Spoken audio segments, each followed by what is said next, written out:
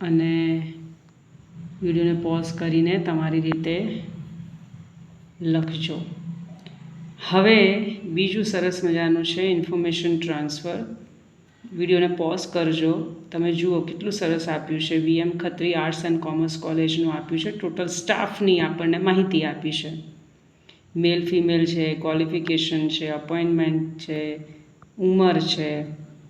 એના પછી observe the graph and write in about 80 words. ખાલી ઓબ્ઝર્વ કરો, લખાણ નથી આપ્યું. જો ઓસ્ટ્રેલિયા અને ઇન્ડિયા લખ્યું છે, અહીંયા વિકેટ લખી છે, તમને ડોટ્સ દેખાશે.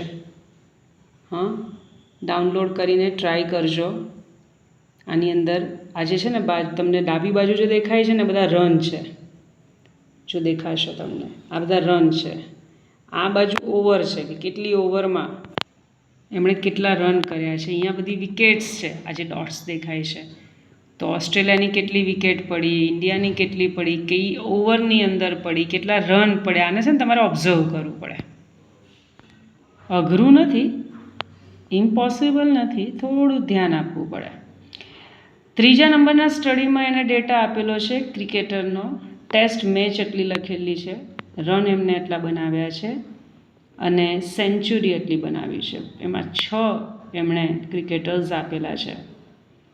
Sunil Gavaskar, MS Dhoni, Rahul Dravida, VVS Lakshman, Sourav Ganguly, Sachin Tendulkar.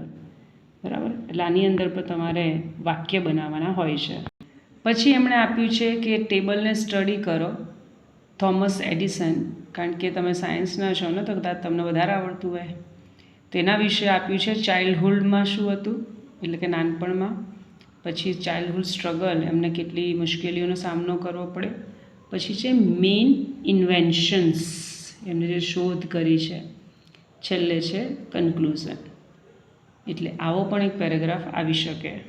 એટલે કે પેરેગ્રાફ એટલે કે ટેબલ આવી શકે. અને આ છે ઓથર, જે અમારા ઇંગ્લિશ લિટરેચરના ખૂબ જાણીતા મિલ્ટન છે, શેક્સપિયર છે, ડૉક્ટર જોન્સન છે, ગોલ્ડસ્મિથ, ડિકન્સ. કેટલી નોવેલ લખી, પોયમ લખી, ડ્રામા લખી અને કેટલી પબ્લિશ્ડ થઈ. બહુ મજા આવે એવું છે. ખેર, મજા તો અમને જ આવે ને. અને આ હતું પેપર 11 સાયન્સનું.